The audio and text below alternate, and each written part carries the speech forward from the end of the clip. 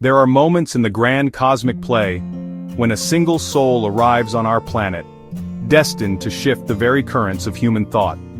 Such a soul was born on a crisp January morning in 1863 in the bustling city of Calcutta, India. The day was Makar Sankranti, a festival of new beginnings. His parents named him Narendranath Datta, but the world would come to know him as Swami Vivekananda. From his earliest days there was a spark in him, a restless energy too large for his small frame. He was a child full of questions about the world and the very fabric of existence. Naren was not like other children. While friends played simple games, his mind was a whirlwind of curiosity. He would lose himself in thought, staring into the distance, searching for answers in the sky. He had natural leadership and effortless charisma. Even as a child he showed justice and compassion, standing up for the weak, sharing what little he had. But his fascination with the spiritual set him apart. He played games of meditation, sitting for hours, his mind diving into imaginary worlds of gods and sages, not mere fantasy, the awakening of a spiritual giant. His home was where different worlds met, his father, logic and reason, his mother, deep faith and scripture. He grew at the crossroads of reason and faith, ancient and modern. Narendranath's father, Vishwanath Datta, was a man ahead of his time. He believed in providing his son with the best possible education, one that blended Eastern values with Western knowledge. He enrolled Naren in one of Calcutta's finest institutions, a place where the young boy's brilliant mind could truly flourish. Naren devoured every subject he was taught: science, history, philosophy, literature. His intellect was like a bright flame, consuming knowledge with an insatiable appetite. He was not a passive learner, he was an active participant, challenging his teachers, questioning established theories, and always seeking to understand the why behind every fact. His education was not confined to the classroom. His father's library was his personal universe, a treasure trove of books from around the world. Here, Naren journeyed through the works of Western philosophers like Spinoza, Kant, Schopenhauer, and he wrestled with the logic of thinkers like John Stuart Mill and Herbert Spencer. He was building a formidable intellectual foundation, learning to think critically and analyze complex ideas from multiple perspectives. But while his mind was being sharpened by Western logic, his heart remained rooted in Indian culture. His mother, Bhuvaneshwari Devi, was his first spiritual teacher. She filled his imagination with tales from the great Indian epics, Ramayana and Mahabharata. She taught him about the courage of heroes, the devotion of saints, and the timeless wisdom contained in ancient scriptures. As he entered his college years at the Scottish Church College in Calcutta, Narendranath was a formidable figure. He was known not only for his academic brilliance but also for his talents in music, sports, and debate. Yet, beneath this confident exterior, a storm was brewing. His vast knowledge had brought him more questions than answers. As Narendranath grew into a young man, the intellectual world he had so masterfully conquered began to feel hollow. The philosophies of the West gave him tools for doubt, but no path to certainty. The religions he knew offered rituals and doctrines, yet no direct experience of the divine. A profound spiritual restlessness took hold of him, a burning desire to know the ultimate truth for himself. He could not simply believe in God, he had to know if God truly existed. This question consumed him, driving him from spiritual leader to spiritual leader, and from one philosophical society to the next, in a desperate search for an answer that could satisfy his soul. He visited leaders of religious and social movements of his time, including the Brahmo Samaj. He engaged in passionate debates, his intellect cutting through dogma and empty rhetoric. To every teacher and sage he met, he posed a single piercing question: "Sir, have you seen God?" The question was bold, direct, deeply personal, a challenge most could not meet. They offered him books, arguments, philosophical explanations, but none could look him in the eye and say, "Yes, I have seen God." This period of intense searching was a time of great inner turmoil for Naren. His rational mind demanded proof, while his yearning heart sought faith. He swung between fervent hope and dark despair. During this crisis he heard of a simple temple priest in Dakshineswar. The man's name, Ramakrishna Paramahamsa. When Narendranath first entered the humble room of Sri Ramakrishna at the Dakshineswar temple, he saw a man who seemed utterly ordinary. Ramakrishna was simple, almost childlike, spoke with a rustic accent. Naren, the sophisticated Western-educated intellectual, was initially unimpressed. He watched the master as he sang and as he talked about God with a fervor that seemed almost mad. Naren approached him and asked his burning question, "Sir, have you seen God?" He expected another evasive answer, another philosophical discourse. He was not prepared for what came next. Ramakrishna, without hesitation, looked directly at him and replied, "Yes, I see him just as I see you here, only in a much more intense sense. And I can show him to you." Narendranath was stunned into silence. Not based on books, not based on belief, but on direct personal experience. There was a power, a certainty in Ramakrishna's words that pierced through all of Naren's skepticism. He felt he was in the presence of a man of extraordinary spiritual power, a man who possessed the truth he had been so desperately seeking. Naren began to visit Ramakrishna regularly. His rational mind still fought, but his heart was beginning to feel. He tested the master relentlessly. He questioned his visions. He challenged his teachings. He sometimes even mocked his simple faith. But Ramakrishna was patient. He saw immense spiritual potential beneath Naren's intellectual arrogance. He showered the young man with unconditional love. That love slowly melted his resistance. Through simple parables, profound insights, and his own living example of divine consciousness, Ramakrishna guided Naren toward spiritual awakening. He gently turned his disciples' focus from the outer world to the inner one. The turning point came one day when Ramakrishna, in a state of spiritual trance, placed his foot on Naren's chest. In an instant, Naren's world dissolved. He felt his sense of self, his ego vanishing into a vast, infinite consciousness. The experience was terrifying. It was also profoundly liberating. After the passing of Sri Ramakrishna in 1886, his young disciples were left adrift, like a flock without its shepherd. But Narendranath, now their leader, rallied them together.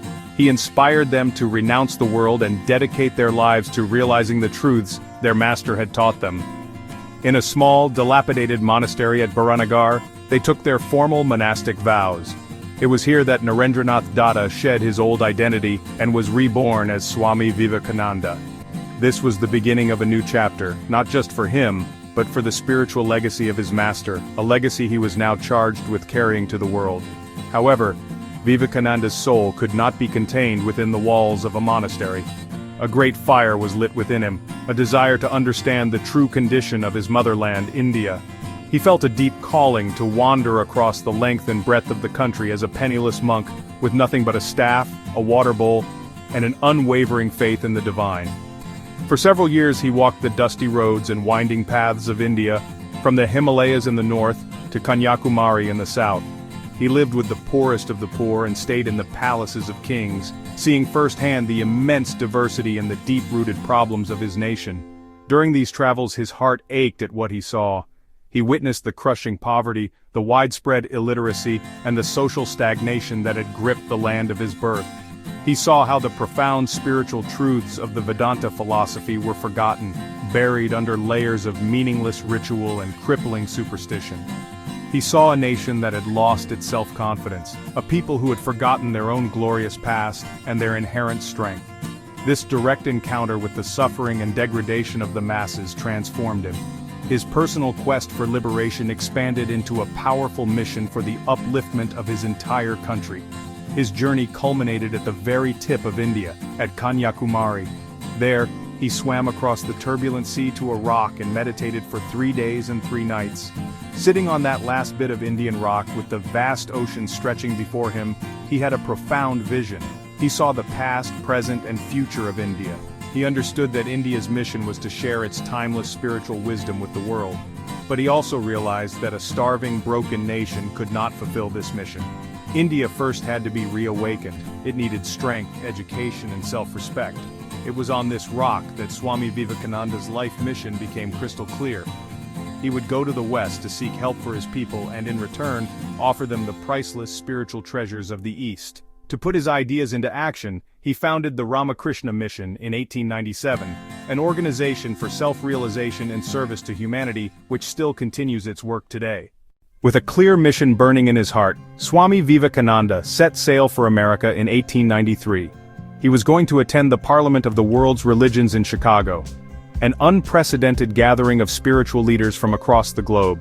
He went without a formal invitation, with very little money, guided only by his faith in his master and his mission. Upon arriving in Chicago, he faced immense difficulties. He was a stranger in a strange land, with no credentials, and no one to support him. For a time it really seemed his journey had been in vain. But through a series of fortunate encounters, guided by an unseen hand, he was finally accepted as a delegate to represent Hinduism. The day of the opening session arrived. The great hall was filled with thousands of people, and the stage was adorned with representatives of every major religion. One by one, the delegates came forward to speak, reading from prepared papers. Vivekananda, who had not prepared a speech, felt his heart pounding with anxiety. When his turn finally came, he silently bowed to Saraswati, the goddess of wisdom, and walked to the podium. He took a deep breath, looked out at the vast sea of faces, and began his address with 5 simple words that would echo through history. Sisters and brothers of America. The effect was electric. Before he had even spoken another word, the entire audience of 7,000 rose to their feet and erupted in a thunderous applause that lasted for over 2 minutes. In that one simple, heartfelt greeting, he had broken down the barriers of formality and separation. He had spoken from a place of genuine unity, seeing not a crowd of strangers, but a gathering of his own family. The warmth and sincerity of his address touched a deep chord in the hearts of everyone present. They had come expecting to hear about a foreign religion. Instead, they found a brother. When the applause finally subsided, Vivekananda delivered a short but powerful speech. He spoke of a religion that had taught the world both tolerance and universal acceptance. He quoted ancient Sanskrit verses declaring, "As the different streams having their sources in different places all mingle their water in the sea, so, O Lord, the different paths which men take through different tendencies, various though they appear, crooked or straight, all lead to Thee." He presented Hinduism not as one more competing sect, but as the mother of all religions, a universal faith that embraces all paths to the divine. The audience was mesmerized. In a few short minutes, Swami Vivekananda had captured the heart of America, and placed India's spiritual wisdom on the world map. This was not just a single moment of brilliance, it was really the opening note of a powerful symphony he would conduct across the Western world for the next few years. The core of his message was the ancient Indian philosophy of Vedanta, particularly the concept of Advaita, or non-duality. He explained that, at its core, every soul is divine. We are not weak, sinful beings who need to be saved. We are lions who think we are sheep. We are infinite, eternal spirits who have momentarily forgotten our true nature. The goal of religion, he declared, is not to believe in a set of doctrines, but to manifest this divinity within by controlling nature, external and internal. This was a revolutionary idea for the West, which was largely accustomed to the concept of original sin and a distant God. Vivekananda's message was one of immense strength and empowerment. He taught that we are the creators of our own destiny. Arise, awake, and stop not till the goal is reached, he thundered. He urged people to have faith in themselves first. The old religion said he was an atheist who did not believe in God. But the new religion says he is an atheist who does not believe in himself. This message of self-belief, of tapping into the infinite power lying dormant within each of us, was incredibly inspiring and liberating. Another key pillar of his teaching was the harmony of religions. In an age when religious factions were often in conflict, Vivekananda championed the idea that all religions are valid paths to the same ultimate reality. He used the beautiful analogy of photography. Just as the sun can be photographed from different angles, creating different images, the one ultimate truth is viewed through different religious lenses, resulting in different philosophies. None of them are wrong, they are simply different perspectives of the same whole. He called for an end to fanaticism and an end to persecution. He advocated for a world where all faiths could coexist in mutual respect and understanding. Finally, Vivekananda brought a practical, life-affirming spirituality to the world. He taught that spirituality was not about escaping from the world into a cave or a monastery. It was about seeing God in everyone and everything, and serving God through service to humanity. He famously said, "Where can we go to find God if we cannot see Him in our own hearts and in every living being?" This concept, which he called practical Vedanta, bridged the gap between the sacred and the secular. Work, he taught, could become worship. Serving the poor, the sick, and the ignorant was the highest form of religious practice. This message transformed social work into a spiritual discipline, giving profound meaning to everyday life. Swami Vivekananda's time on this earth was brief. The immense work he undertook and the relentless energy he poured into his mission took a heavy toll on his physical body. On July 4, 1902, at the young age of just 39, he entered into his final great meditation, and his soul left its mortal frame. He had once said that he would not live to be 40, and his words proved prophetic.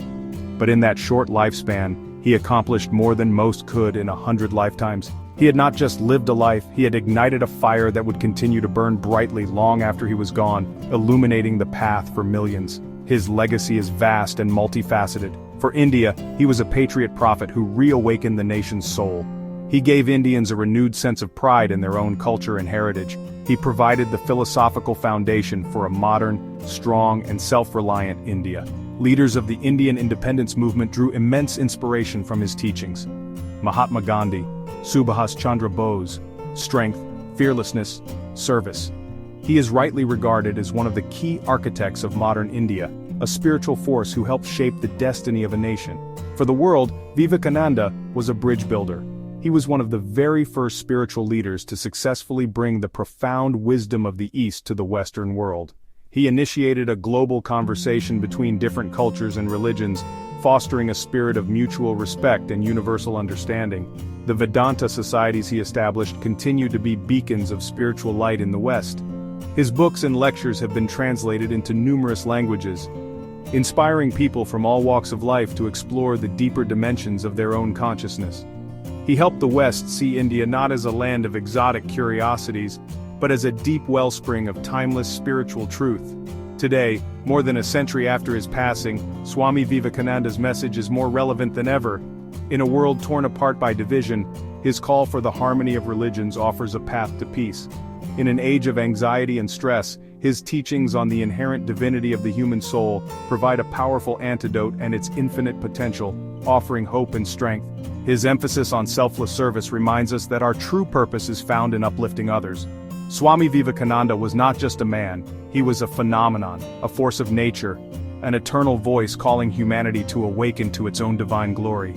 His echo resounds through eternity, a constant reminder that we are all indeed children of immortal bliss.